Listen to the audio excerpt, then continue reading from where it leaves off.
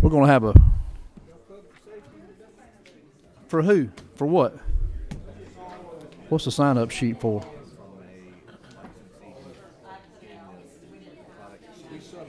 Senate Bill 11 will have testimony, that's all. Senate Bill 11, we're going to allow testimony on Senate Bill 11 only. On Senate Bill 11 only.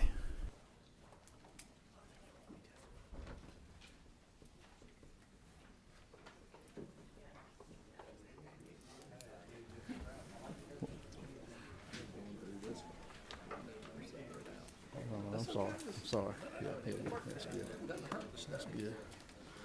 All right, hear ye, hear ye, hear ye. The appointed hour for the House Public Safety and Homeland Security Committee meeting has now come. I'm going to ask if we could to have Dean Gerald Green open us up in a word of prayer, please.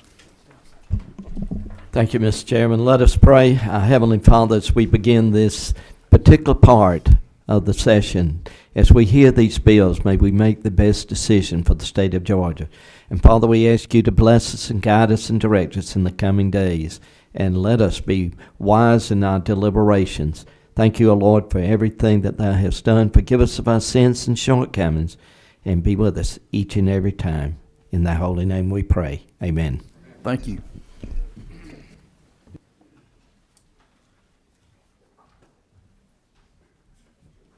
Our first bill we're going to hear today is going to be the substitute to Senate Bill 97.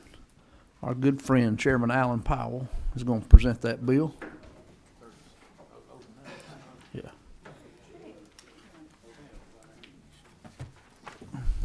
Chairman Powell, the floor is yours, my friend.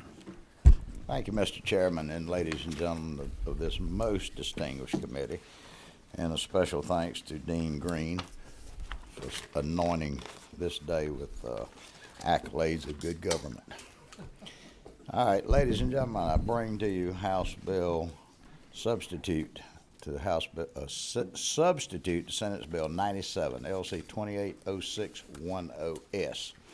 Presented this yesterday in the subcommittee, and before I start presenting, I want to thank Senator Abbott-Tarte and Chairman Collins for allowing me to move this bill forward. As y'all know, on crossover day we passed the bill to fix the Cannabis Act. And I think everybody here already knows the arguments. It was a faulty process by the Cannabis Commission. It brought on litigation, and because of that litigation, it's tied up into the courts, and it may be tied up for the unforeseeable future. So what you have is two Class 1 licenses that were granted a license before the TRO was issued. You've got 4 that have been tentatively approved, and you have 9 protesters. The bill that we passed, 196, as y'all may remember, it had a cure, a direct fix, not as direct as the original 196, but a direct fix to say that the commission may issue those extra 9 licenses. It also had language about going forward to the future based on the increase in the number of the cannabis registry. Now, what you have in front of you is a bill after consultation with the powers that be in the state Senate. There has been a tremendous amount of support on their side to abolish the Cannabis Commission and to move this operation over to the Department of Agriculture. An elected official with all the proper bells and whistles for oversight, which would be by both House and Senate members that would form the Oversight Committee. And if you would, I'll be glad to go through this bill for the folks who weren't here yesterday that had a chance to hear this. Most of this bill deals with the actual abolition of the current Cannabis Commission and moving it to the Department of Agriculture. That would be in Section 2. It abolishes the Cannabis Commission and moves it to the Department of Agriculture. On line 106, 107, this puts them under the Administrative Procedures Open Records Act. Section 3 other language, it moves it to the Department of Agriculture. On lines 175, 1 through 177, section 3 at the end, this does what we did in the House version, that any appeals will go through the statewide business courts. Section 4, again, moves the process of moving it to the Department of Agriculture. Section 5 allows what was in the House bill to allow the awardees the right to have a dispensary on the property. It's basically a store associated on, so it would go from 5 to 6 dispensaries.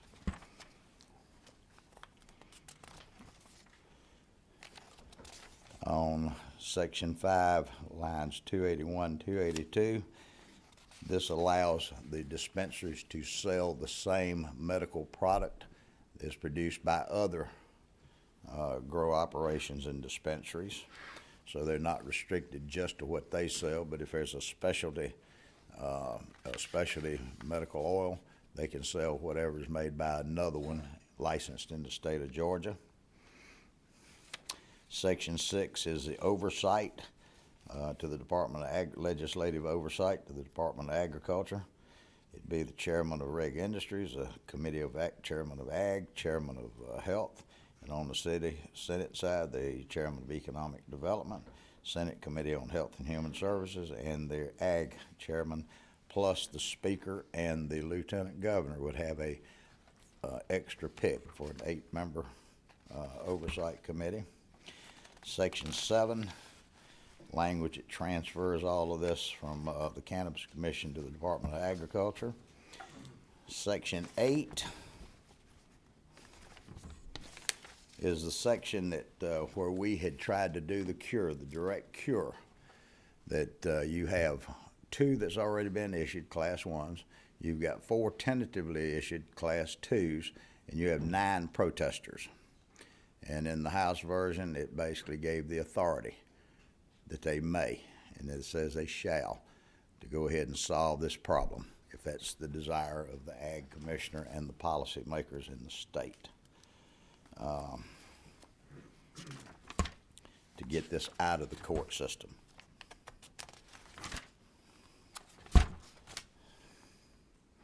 The same in section, the same would be true to those 15 maximum licenses. In section 9, starting on 455 to 459, this was language that was in the House version that said in the future to go forward that there could be up to 5 other licenses could be issued based on the increase in the cannabis and medical cannabis registry.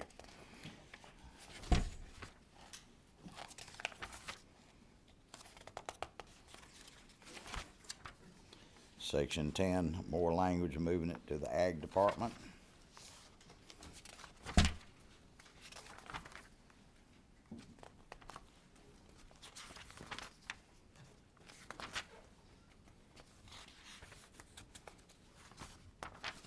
Section 15 deals with open records.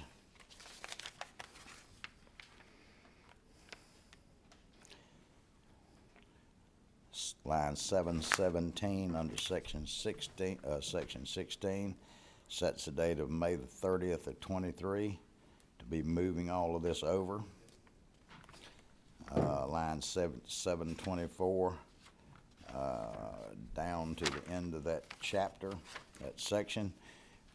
This basically, let's see, this is the language that says that if you were one of the protesters and you had an application for a Class 1 or a Class 2, you could only get one. And it's a pick and choose. So you could only get one license. Section 17, business courts and appeal rights. Section 18, business courts and appeal rights. Section 19, more language specifying the business courts.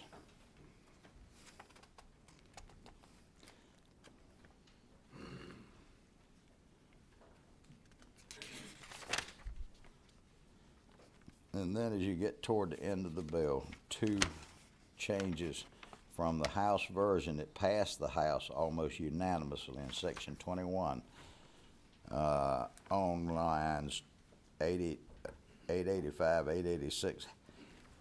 Excuse me, it had the two diseases and illnesses, and there was a third that was entered, and I'm going to ask the Representative Lott if she could pronounce that word, since I don't know exactly how to pronounce it. It sounds like a venereal disease to me, something about dysmenorrhea or something, but if she wants to, anybody wants to know how to pronounce it, she'll pronounce that. But then on 888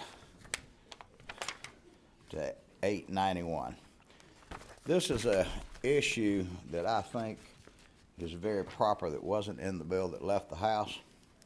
7 years ago, ladies and gentlemen, we legalized medical cannabis for the benefit of those people who've been diagnosed by a doctor in the medical sciences that cannabis oil would be of a benefit. It was very straightforward. A lot of those people that are going to these doctors, a lot of times they have to renew that cannabis card every 2 years. And a lot of these doctors that are doing those diagnoses, as I have heard, everything from $175 to $450 to go to the doctor, so they'll write you the slip to go to the Department of Public Health so they could have the honor of paying another $35. And we've had upwards of 30,000 people who had those licenses, those on the registry. And in the last 7 years, or since this went into effect, there hasn't been any medical cannabis produced. So these folks have paid their money, and since this is about doing what's right for the people of Georgia, what we've said in here was that if you have had the license and you've decided not to renew that license for the obvious reason, that if you will petition the Department of Health before December the 31st of 2023, that you can have your license renewed at no cost. But you will have to have had one prior to. That, Mr. Chairman and ladies and gentlemen of the committee, is what this bill does. It passed almost unanimous with 2 dissenting votes when it came out of the House. I would tell you, and as I had told the subcommittee yesterday, this is an attempt to move it forward. I presented this bill and left the substitute for this substitute with the Committee on Regulated Industries this morning. We've chose to go at this as a two-pronged attack. So for those of y'all who are familiar with the Senate Committee on Regulated Industries, enough said. This gives them the option. I did present them with a copy of this substitute this morning, so they have got something to be looking at. And this is a preemptive move to try to get this thing moving, because as a member of the Georgia General Assembly, this is the most insulting thing that I think has ever been perpetrated, that by actions of the legislature, we saw fit to help children, to help veterans, to help any and all people that cannabis oil could be a benefit to. Not legalized pot, but cannabis oil. The requirements remain into effect for what we're doing. This solves the issue of the litigation, or it moves it towards solving the problem of the proposed litigation that's out there today. That, Mr. Chairman, is what this bill does. I think this is actually quite better than what we passed in the House.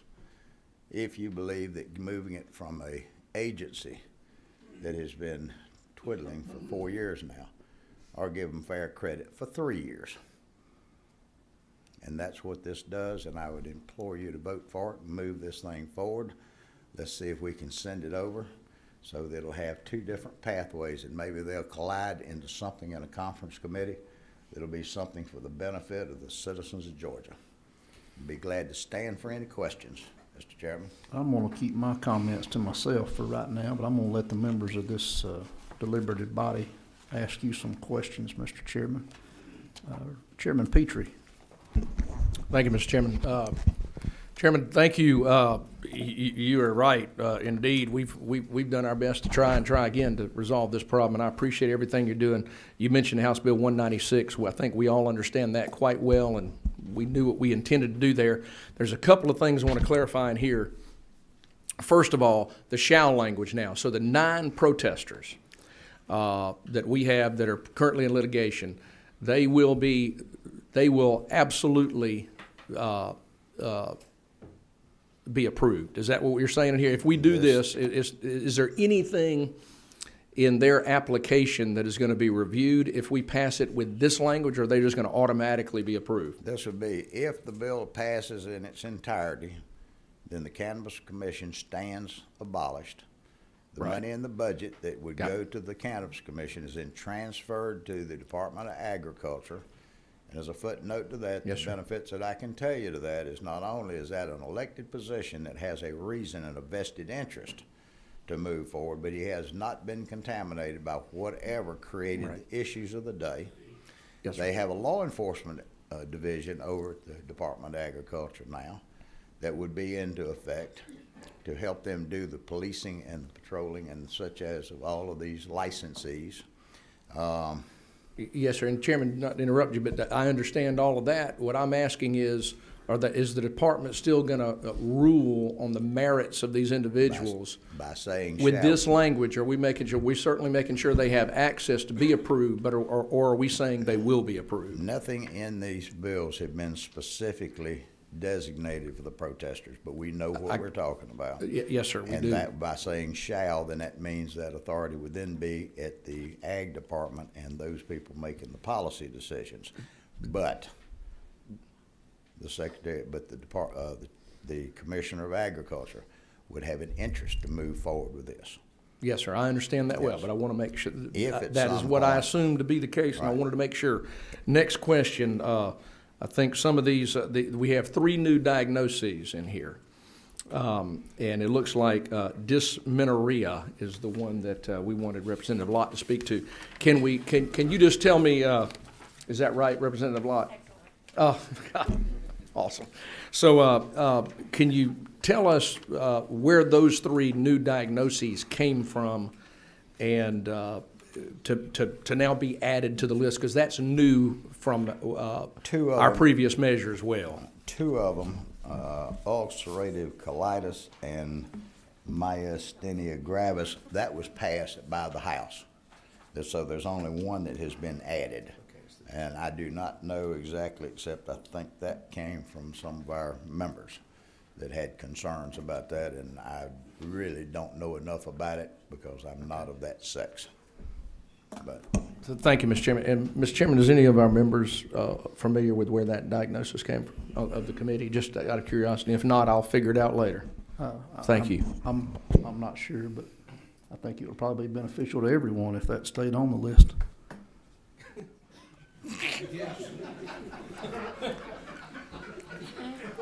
Representative Holcomb. Thank you, Mr. Chairman.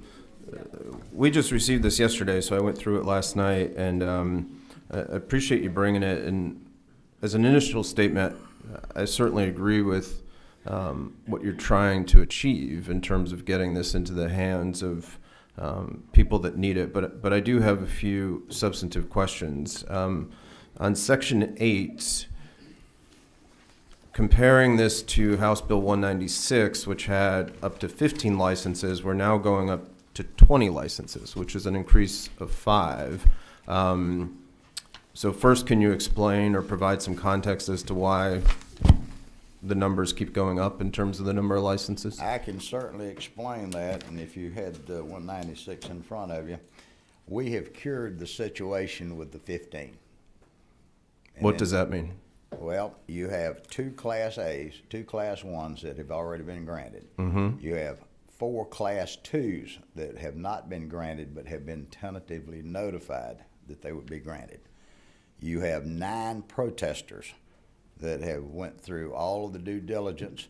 They went through the protest period, they were heard, and then they went to Superior Court, as anyone who has been aggrieved has a right to do, based on the process.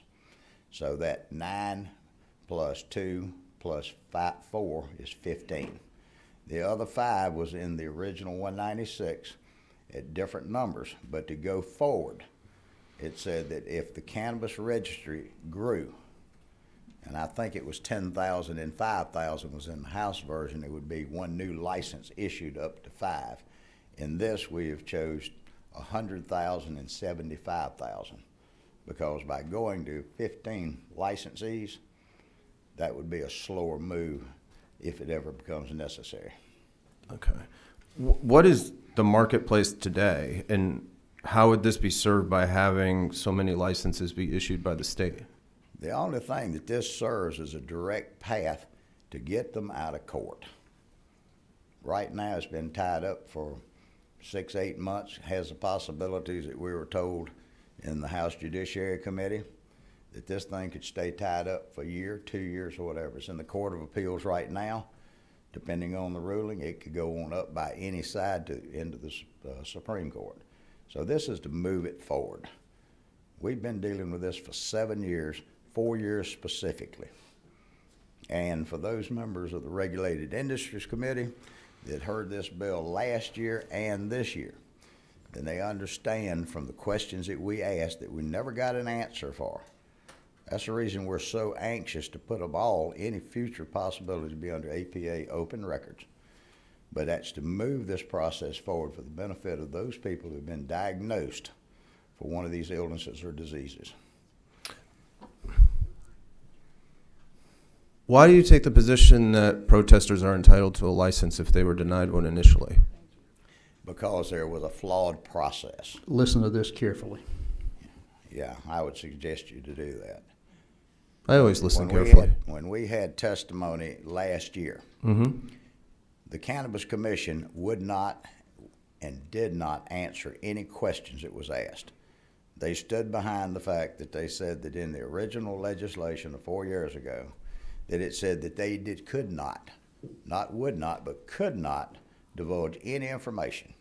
So the only way that the committee had any way of finding out what went on, there were some 60 to 80 people companies that had applied. You may remember at that time there was some very specific criteria put into the folks who applied for a license. Had to be a Georgia-based company. Couldn't be within so much of a distance of a church or a school. A lot of different things. But in the process, and what we finally found out by talking and looking at the applications of a lot of those who were not granted a license, what we found was that the Cannabis Commission, in their infinite wisdom, or ever what it might be called, was that they took applications and they based it on a numerical score. All the companies that applied had the same application to fill out with all the questions. But strange enough, on all of these, there could be the same identical answer. Some of them got a 5-point score, some of them got a 0 or a 1-point score. Now, that was a flaw.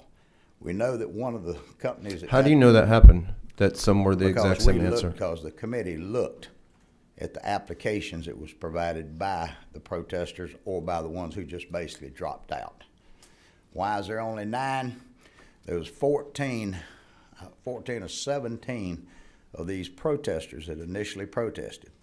They didn't follow through on litigation, and quite honestly, I think it's nothing more than just the sheer fact of how much money it cost to hire attorneys.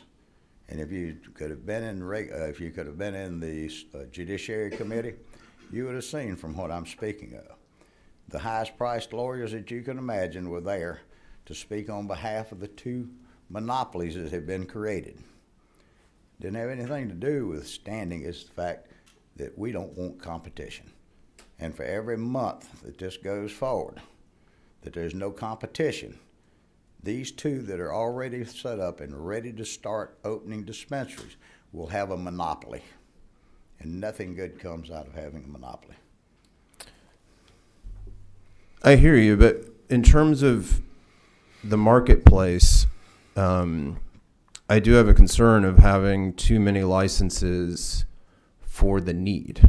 Like, you want to have the market let me just tell you, I tied have to that. concerns also. When we passed this bill, the commission or the study committee of both House and Senate, we all had our own ideas. We looked at the population of Georgia. We looked at what was going on nationwide where they have states that only have medical cannabis. And there was a recommendation at that time that we do 12. Well, it went into conference committee. The Senate said 3, House said 12, and it came to 6. So you have 6 at what we passed. But this is nothing more than expediency. I'm not necessarily in favor of 15 because that's not the will of the General Assembly at that time.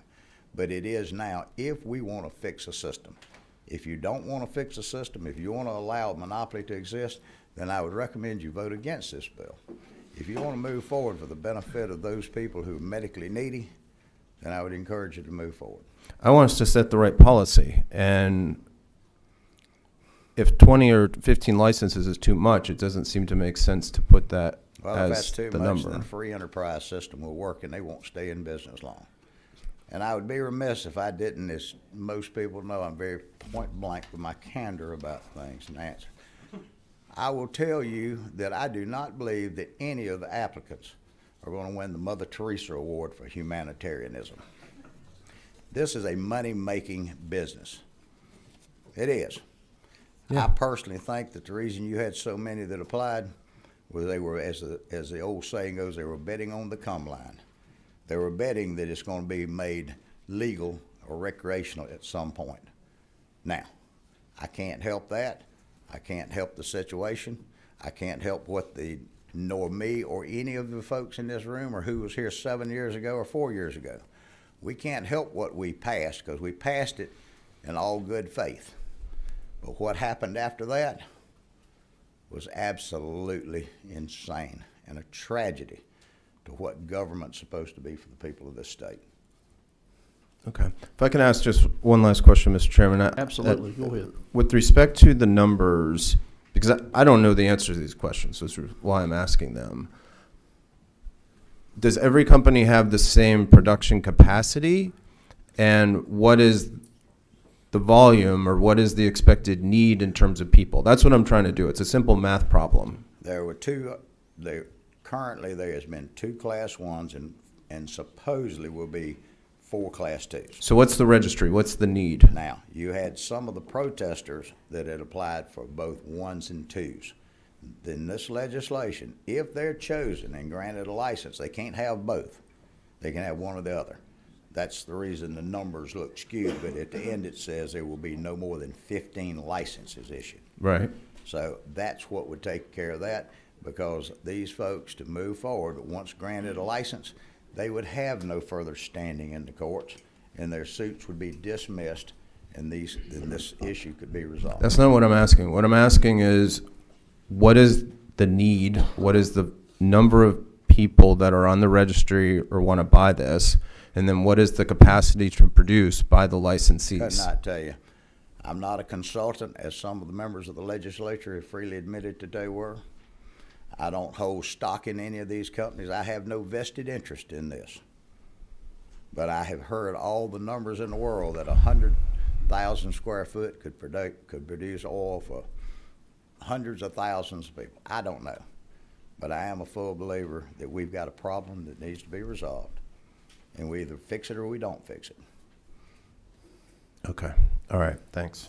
Thank you. You may have mentioned earlier that the folks who have the card, those numbers have declined because simply there's not been a marketplace for them to go to Absolutely. and receive that oil.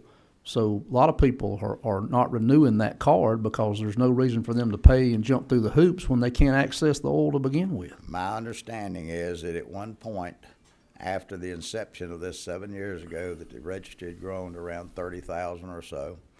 And then since that, it has drawn back to probably 25, 26,000. You know, no need in spending good money after bad if you have got a card that doesn't mean anything, that you can't have access to the medical oil. Representative Vance. Yes, sir, Mr. Chairman. Just one quick question on Section 16. Can a company apply for 2 licenses, Class 1 and Class 2, knowing that they are only eligible for 1, or do they have to pick either Class 1 or Class 2 to apply for? or is that even germane to what the bill does?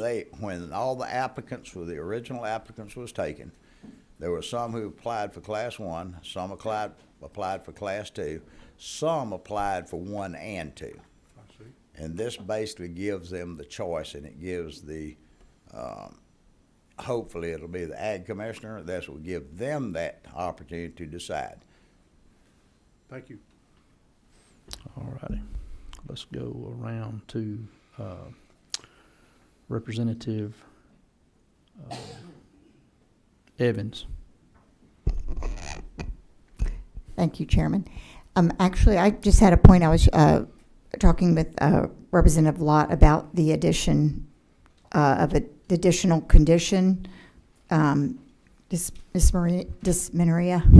So I'm ready to, she and I have been in dialogue about that. So was there going to be an amendment about that or not?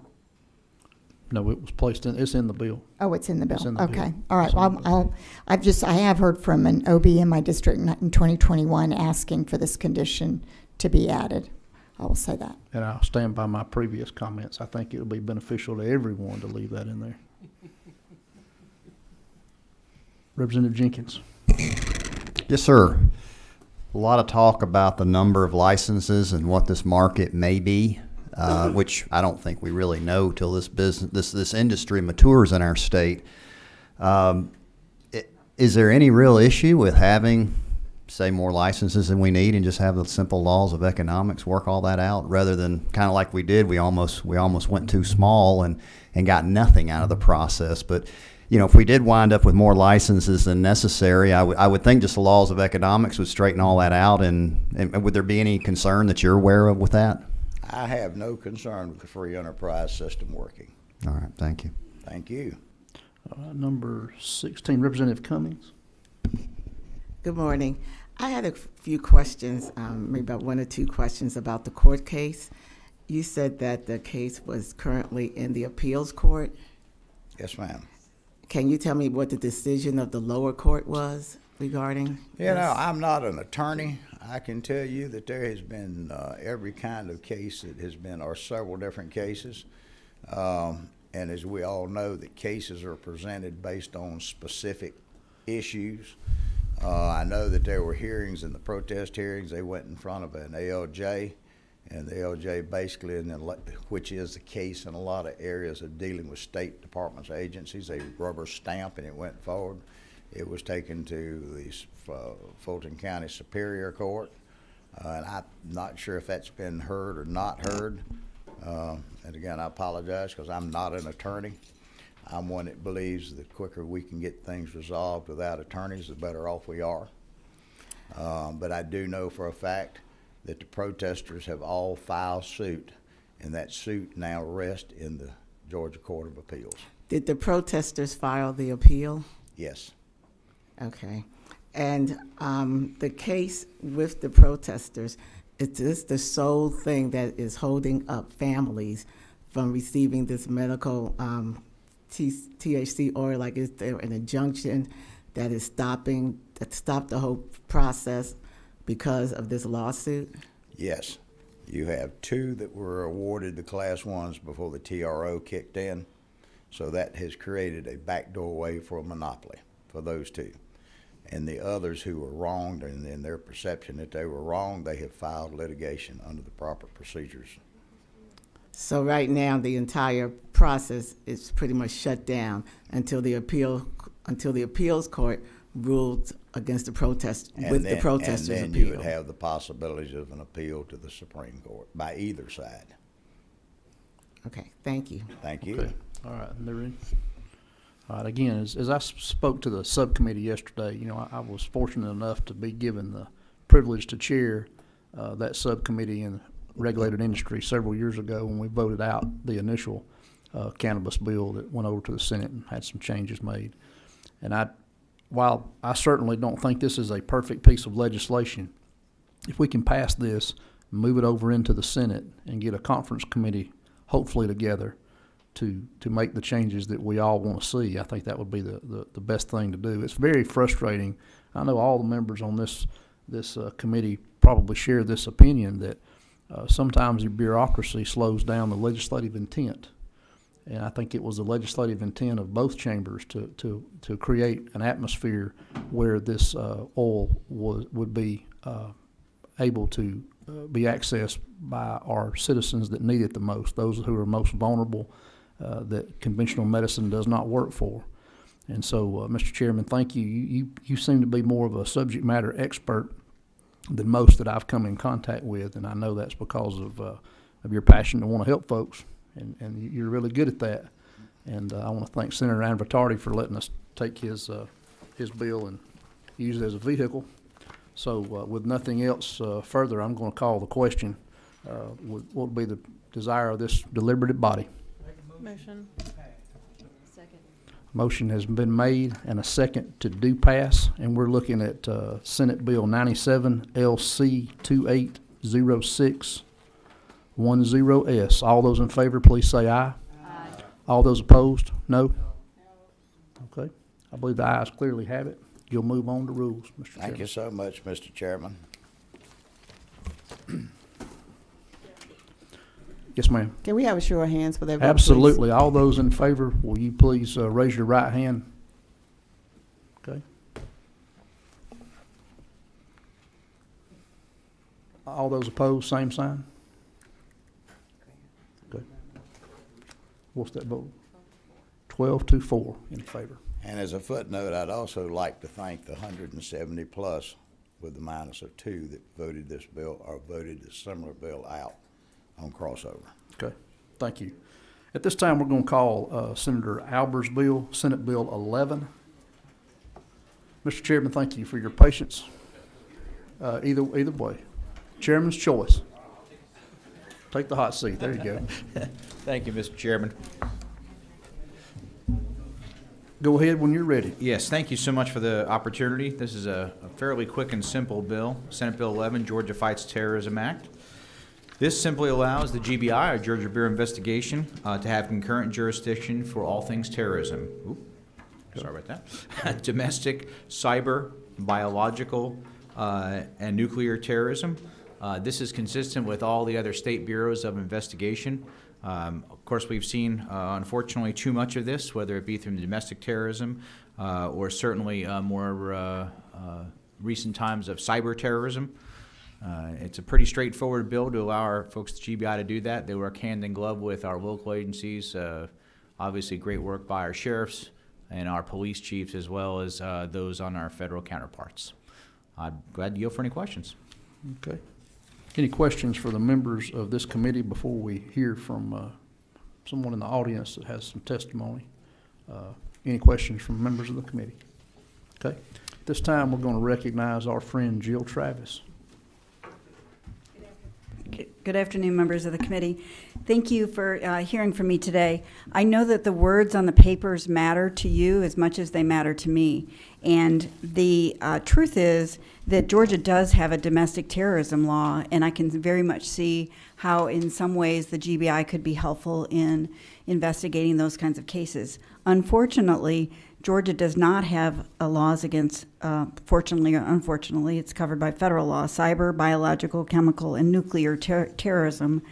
So it asks the committee to consider taking those words out because the GBI doesn't have any authority to investigate federal law unless it's requested, which is here, of course. But you'll notice that the wording on the paper allows the GBI to work independently. So they don't need the Federal Bureau to be asking them for assistance. They can just do it on their own in their sole discretion. And then it's interesting that the language is, if the director feels like, I'm looking at line 28, it would not compromise the successful completion of a case. You know, those kinds of decisions are often in the eyes of the beholder, whether there is going to be a compromise to something that's going on. I know that some of you who bills are being stolen at this moment and replaced That's might, such a harsh word. Let's don't use that word. yeah, might feel like it didn't compromise your bill, and then some people might feel it otherwise. And so as for you to not have concerns that this prospect might not become law. Senator Elbers took House Bill 301 and put the language of this bill in that bill and passed it out of his committee this morning without any testimony. It was heard, of course, previously. So for those reasons, we'd ask that this committee ponder this longer and hold it over to the next session. Okay. Or at the very least, take out the words that don't make sense to me. Thank you. Thank you very much. Any questions for Ms. Travis before she sits down? Do have Representative Holcomb? Yes, thank you, Mr. Chairman. Do we have any, recognizing what you said and that I agree with you that most of these are in the federal scope, do we have any criminal laws on cyber? Not called by cyber, it's not cyber terrorism. Domestic terrorism is what we have at 1611-220. Okay. And cyber would be under that? I don't know that I'd have to look back at the code section itself to be clear on, I know it doesn't use that word cyber, but whether it would fall within that category, I can't say definitively. Okay. And I don't want to speculate. Is your recommendation to just put a period after for violation of laws and just leave it open as to what those would be? No, sir. I think that it has to be narrowed. Because what you're doing is you're expanding the powers of the GBI to come in and investigate any case. And right now, their authority to investigate cases is limited. For example, they do gang cases, they do RICO, they do sex trafficking. There's a laundry list. But for example, a burglary case is not something that they would do. So if you ended it after laws, you would allow them to investigate a burglary if they so choose. My recommendation would be to take out cyber, biological, chemical, and nuclear, and so that the sentence would read concerning domestic terrorism, which is something that is in our laws. And to your point, if there is cyber included in domestic terrorism, then it's covered. Okay. Representative Vance, Representative Lott, do you have a question for? I do, yes, please. Oh, go ahead. Thank you, Mr. Chairman. On line 25, something that you were addressing, the Bureau shall be authorized to work independently. I think you commented that that was your concern, but to me it reads, the Bureau shall be authorized to work independently, and as you go down into line 29, it says the identification, involving the identification of, moving down into line 30, concerning domestic, cyber, biological, chemical. I feel like you could leave those words there because they can work independently to identify the issue, and they will be working independently to identify the issue, and then therefore they can go into the rest of the language which states they can ask for assistance. The problem with that explanation, that's the way I read it at first as well, but the issue is that they can work independently, and the independent investigation is at the sole discretion of the GBI director. That's the independent work. To then go into the next part of it, which is for the identification, investigation, and arrest, but you're making the decision, the sole decision to work independently comes first? Yes, I would assume it did. One further question. Please, go Is ahead. there a representative of the GBI here that I may be able to ask another question of? We can take some comments directly to the author of the bill if you'd like to here in just a moment. Okay, well, thank you. I will do that. So is it not the custom of the GBI to, if it were a federal law concerning biological, let's just say biological terrorism, that they may actually ask for assistance at the federal level? Yeah, certainly, Representative Lott. Thank you for clarifying that. They would work with both the federal counterparts as well as we have a unit within the Georgia National Guard who get pulled in to do that as well. And Mr. John Melvin from the GBI was going to be here, but he has been pulled away on other business, unfortunately, today. Well, your answer was excellent. Thank you. Thank you. Thank you. All right. Thank you, Ms. Travis. Sure.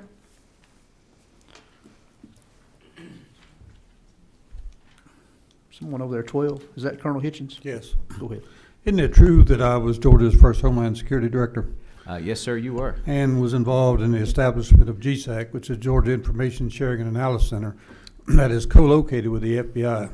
And I can tell you firsthand that nothing is done over there.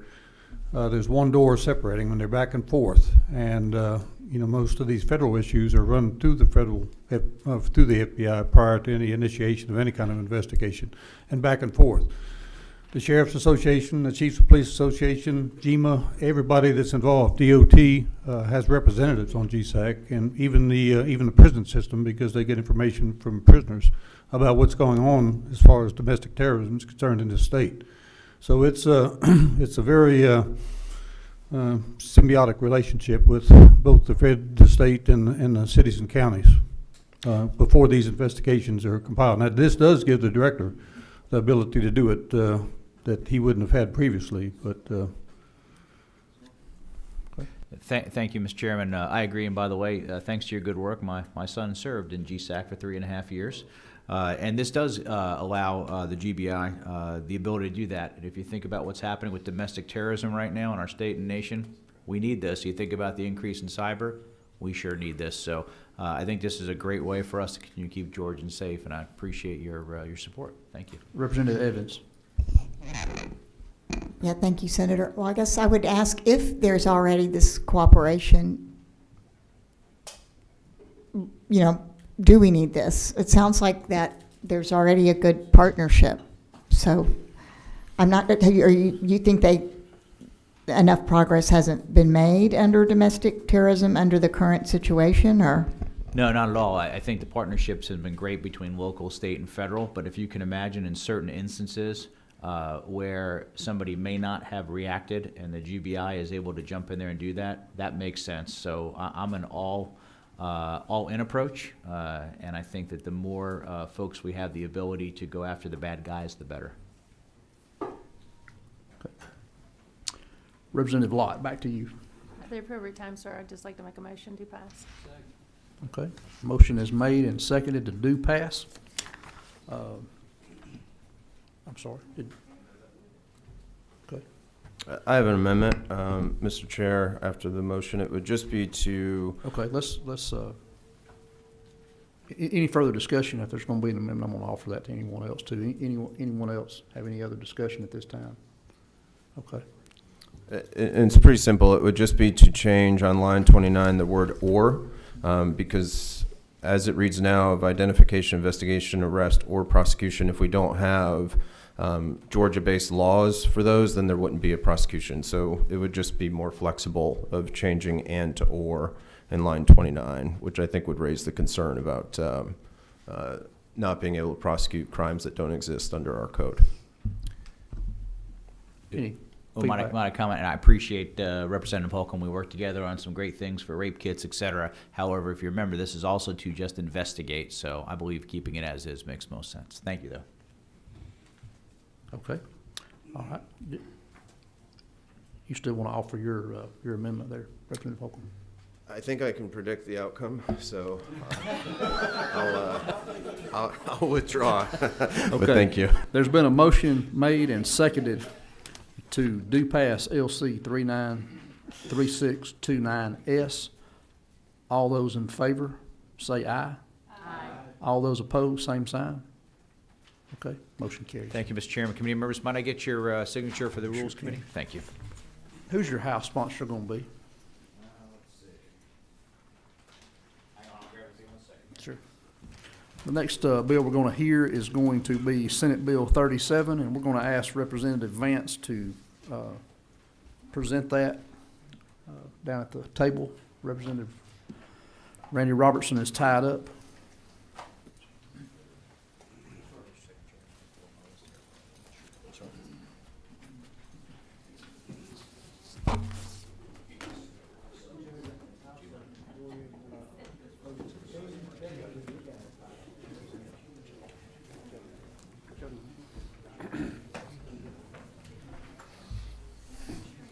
Yes, sir, Mr. Chairman. Thank you for this surprising opportunity. I'm honored to present. It's LC 393939S. substitute to Senate Bill 37. What it does, committee members, is enhances the qualifications. First, in Section 1, it enhances the qualifications to run for sheriff. First, they, at the time of qualifying, would have to be post-certified under Chapter 8 of Title 35.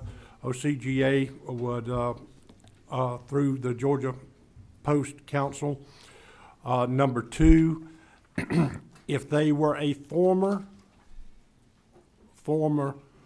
federal law enforcement officer, they would have 6 months after after election to become certified as a law enforcement officer in Georgia. The third way is if they wanted to qualify to run for sheriff and were not certified, they would be granted the opportunity to attend a pre-service academy prior to qualifications in order to attain that post-certification, mandate certification to become a law enforcement officer. Those are the 3 ways. Those are the ways, ladies and gentlemen, we've tried to cover everything in this that everybody's asked for. Now, if that pre-service person didn't win, the county wouldn't reimburse them. But if that pre-service person did win, then the county would reimburse them. All right, and going over to Section 2. This is the compensation for running the extra courts that sheriffs have to do. They are in this currently. They are compensated $385 and change, I think, for running those courts. Currently, they are only allowed to receive that compensation for 1 court, though there may be up to 6 courts in that particular county. Now, there is a COLA attached to this heretofore, where those COLAs, whenever they got a cost of living adjustment, that money did apply to that. It would raise that $385 to a higher figure.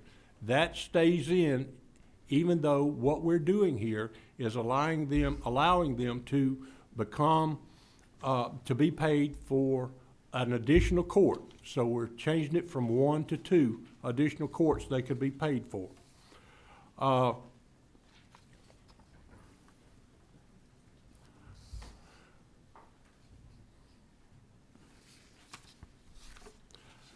Folks, let me back up.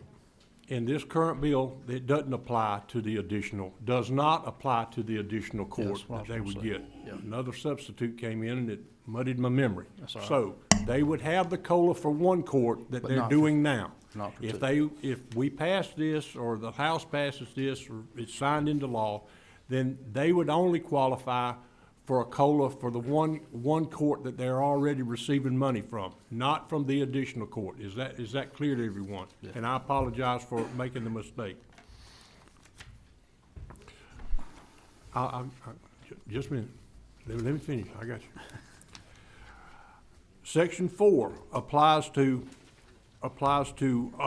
currently, if you receive a civil citation for a red light camera violation, school zone camera violation, one of those types of violations through tag readers that we are doing now, there is a lien that can be put upon the car. If that car is sold, then that seller has to satisfy the lien on that.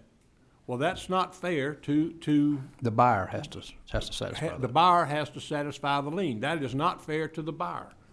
So, what Section 4 does is remove that lien on those, from that buyer on those vehicles that might receive and not pay for those civil citations. Now, I think I've messed with it enough. And Section 5 cleans up the title in the law. It says it cleans up Title 40. -14-18, except in cases where there's an adjudication that no violation occurred, or there's otherwise a lawful determination that no civil monetary penalty applies. It also goes back to that lien part that I just got through talking about, and I'll try to answer any questions with more clarity than I just finished with. Okay. Representative Evans, you have a question? Yeah, thank you, Chair. Thank you for the bill. I'm a little bit confused about the sections. Were we working off, we said 39, 39, 46?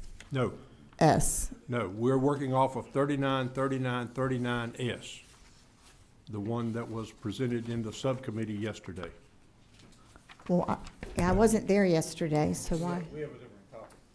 Yeah, there's Oh, two. wait, no, You here's have the two second one. copies.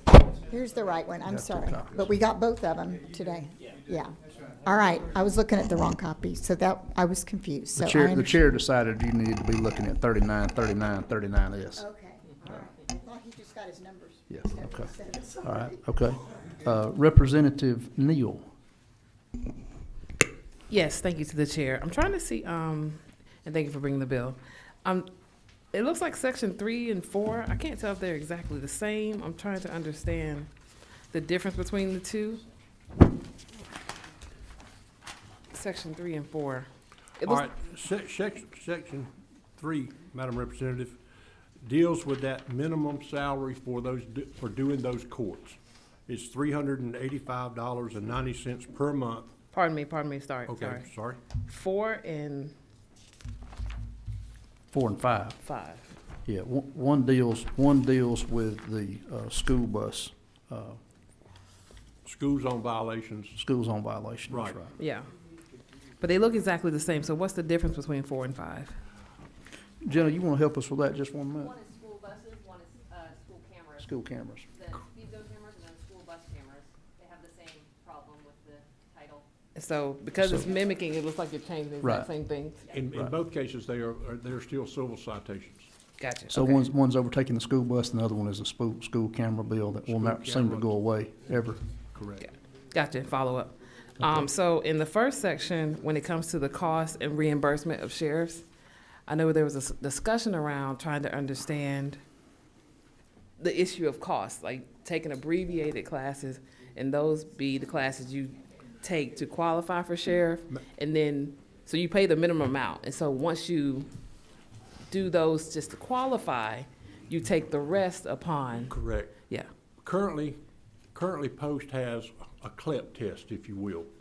If you are certified in another state or through another agency, which these federal law enforcement officers would be, they come to Georgia, they take that test. If they make a passing score of 70 or above, then they get to go to the abbreviated academy, which is less than the 11 weeks than, say, a pre-service person would have to go through, or anybody off the street that goes through the academy now.